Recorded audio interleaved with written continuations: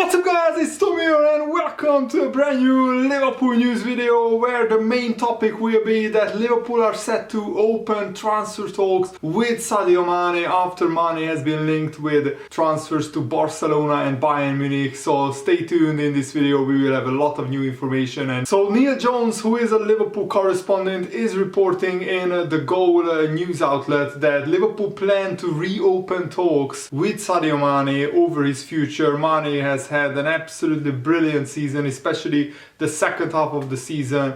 After Mane came back from winning the Africa Cup of Nations, he scored 12 goals and provided a lot of assists.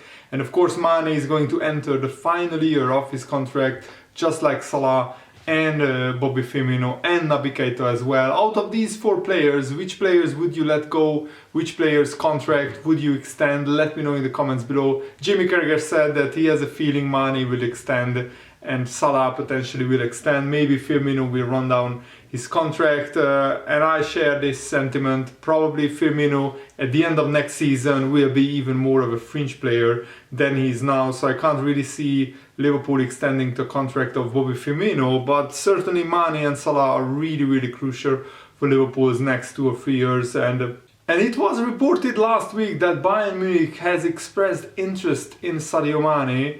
And also there was a story in Spanish publication Mundo Deportivo on Tuesday suggesting that Mane was a serious option for Barcelona, and also that Mane would be keen on a move to Barcelona. I'm not sure what Mane's personal feeling is about this, but he certainly recently said that he was happy at Liverpool. And also he pointed out to the Liverpool fans after scoring against Aston Villa, suggesting that he's staying here and he's happy at Liverpool. But of course it depends on what Liverpool are offering him. Liverpool sources insist, according to Neil Jones, that Liverpool are pretty relaxed about the situation with talks between the club and Mane's agent, Björn Bezemer. They are scheduled for the end of the season. Bezemer has a strong relationship with Julian Ward, of course the Liverpool's sporting director. He was with Ward and other club officials at the recent Champions League game against Villarreal, and it is viewed as unlikely that the stories linking Mane with a move away are, basically a ploy to try and get Mane a higher contract. I'm not sure if that's how Mane's agent operates. I think they are a little bit more honest than Salah's agent. And of course it's understandable that they want to discuss the contract after the season finished, because the season is so hectic. Liverpool are playing every 3 days. There's really no time for Mane to take his eye off the ball and to discuss a new contract. He wants to win as many trophies as possible, and he already won the Africa Cup of Nations, the League Cup and the FA Cup this season. So imagine if he could win the Champions League as well and potentially a Premier League. Mane could win 4 or even 5 trophies in 1 year, which would be absolutely incredible. And also well deserved, because Mane is one of the hardest working players at Liverpool and he's a Liverpool legend and he deserves every single trophy that he wins. And Mane insisted that he wants to concentrate fully on Liverpool's season and to finish as well as we can, to win as many trophies as we can. Of course Jurgen Klopp is a huge fan of Mane, he absolutely loves him, he wants him to stay. But the situation is made trickier by the fact that Salah and also to a lesser extent Bobby Firmino are also approaching the last year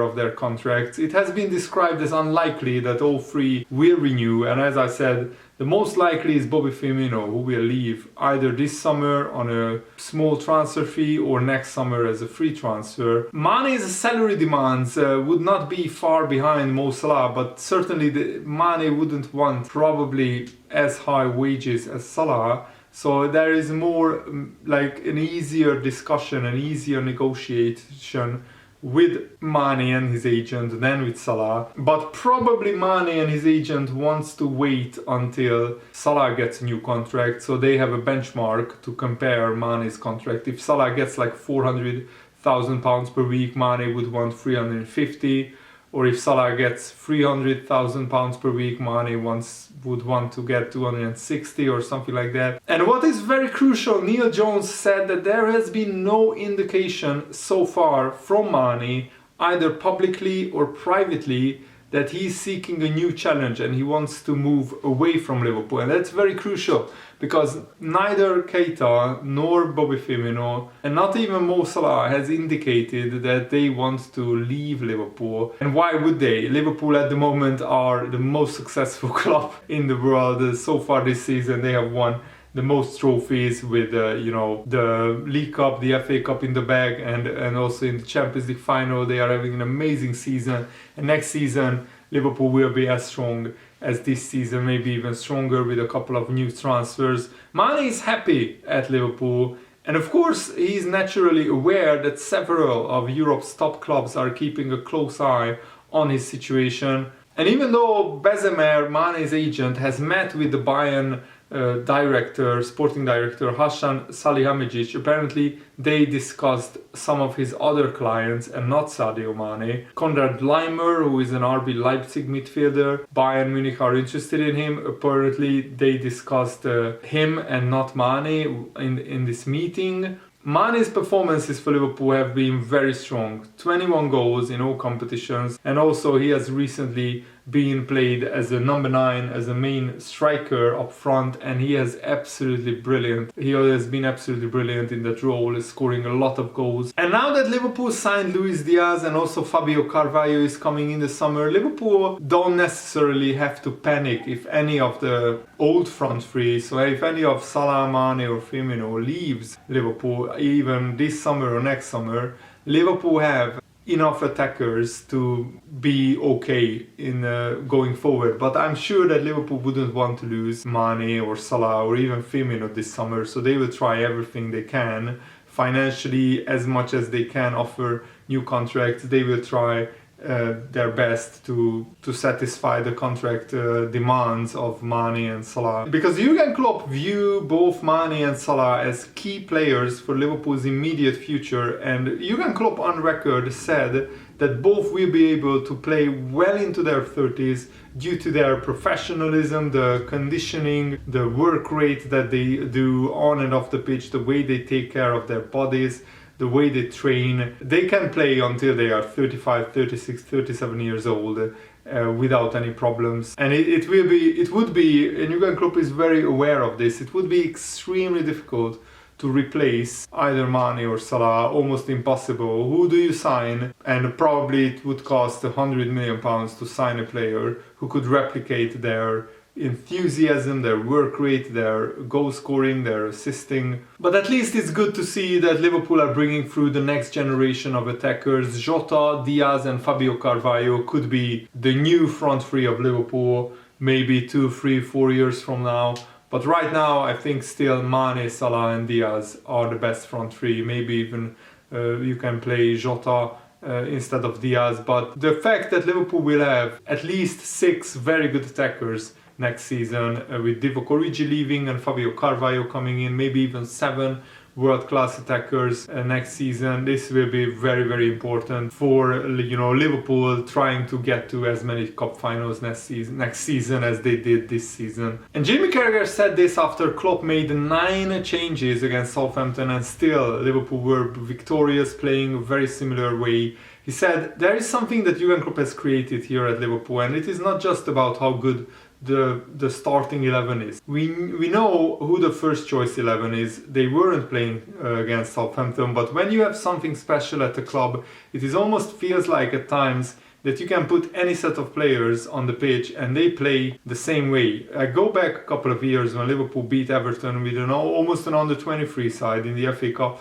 It is almost a mentality that goes right through the club, no matter the lineup. We know they are good players, but let's not kid ourselves. The reason they are not the first 11 is because they are not as good as those players. But what Jurgen Klopp has created right through this club is the standard that he expects, that spirit, that mentality. And Jurgen Klopp is just an absolute revelation. What he went through last season with the injuries, and all teams get injuries, I'm not making excuses, but it was all in one position, the centre-back position. It was a really tough season. Jurgen Klopp lost his mother through COVID, and he said it was the toughest season of his life. To come back and be in the position Liverpool are in, after signing one player in the summer who was a squad player, who was absolutely unbelievable, and the weekend Konate, he was unbelievable as well. To be in this position where they can do something that has never been done before, to win the quadruple. Yes, the players deserve unbelievable credit, but it is all down to that man. Liverpool have a very, very special man at the top of their club, and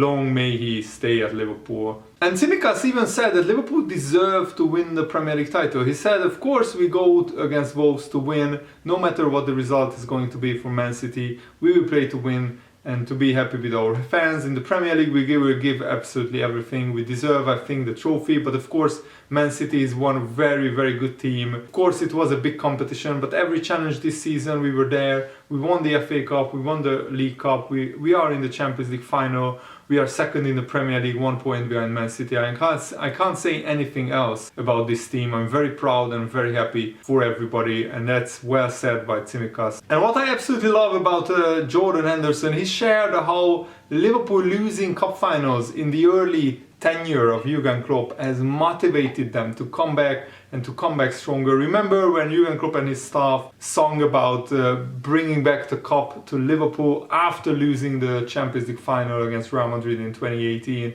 And that's exactly what they did.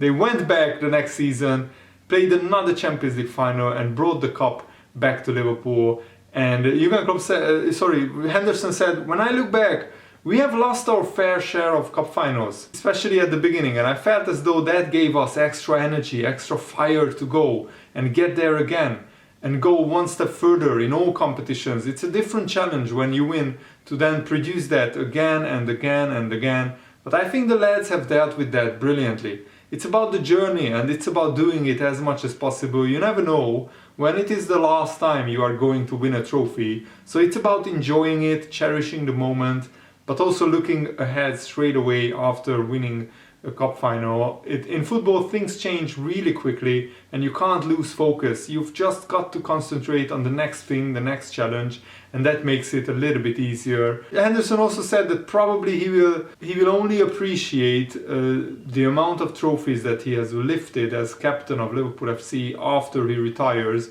Right now the season is relentless. You can't really bask in the glory of winning the FA Cup because we had a game 3 days later and we are having another game on Sunday. We have a Champions League final the next Sunday. So the season is relentless, but probably after the season finishes and Liverpool players can look back and Jurgen Klopp can look back on this season, they can hopefully truly appreciate the really, really special season that Liverpool have done, no matter what happens between now and the end of the season. This is a historic, really, really special season, and I appreciate this team so much. They have given Liverpool fans so much joy, and I lived through the dark days of Roy Hodgson where Liverpool were just a few places above the relegation zone in October and November before Hodgson got sacked. So from that point to go to this one where Liverpool are one of the best teams in the world and we are, winning multiple trophies a season, is just a fantastic journey. And it's about the journey, not just the destination. Jurgen Klopp said that Liverpool fans are not glory hunters, they are journey hunters. And I think that's a very, very good description, almost a perfect description of the archetypical Liverpool fan, in my opinion. And thankfully the referee mistake from Martin Atkinson not giving a foul on Diogo Jota when he was fouled by Lianco, thankfully it didn't affect the result. Liverpool won even though we went 1-0 down. But imagine if that goal costs Liverpool a chance to win the Premier League title. And former Premier League referee Mark Halsey, you might remember him from the earlier Premier League years, he said that challenge from Lianco and Diogo Jota, I have to say that when I watched it in real time, I thought it was a clear foul. Lianco has come through from behind and clearly caught Jota, Martin Atkinson had a good viewing position, but the reason why I think he is not given the free kick is because of the direction of the ball. It maybe looked like Lianco played the ball, but he didn't, and I think you can argue it's a clear foul. Should VAR get involved? What they have to decide is that incident in the same phase as the attack that led to Nathan Redmond's goal? I think you can argue it's the same phase of play. But at the same time, there's maybe 40 seconds between the foul and the goal, so maybe VAR felt that was enough time for Liverpool to get their players back behind the ball and make a challenge. But it's literal nonsense, because from the same phase of play, Southampton scored. Literally, Lianco tackles Jota, they get the ball, they run up the pitch and they score. So how is that not the same phase of play? There was no throw-in, no break-in play, nothing. They went straight up the pitch and scored. So VAR should have overruled that and should have asked Martin Atkinson to go to the monitor and look at the foul. But that's just my opinion. I think the referee also, Mark Halsey, the ex-referee, also said it's a foul on Jota. So I think that case closed.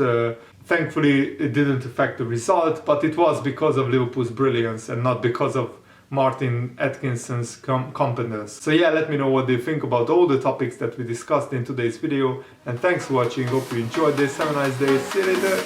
Bye.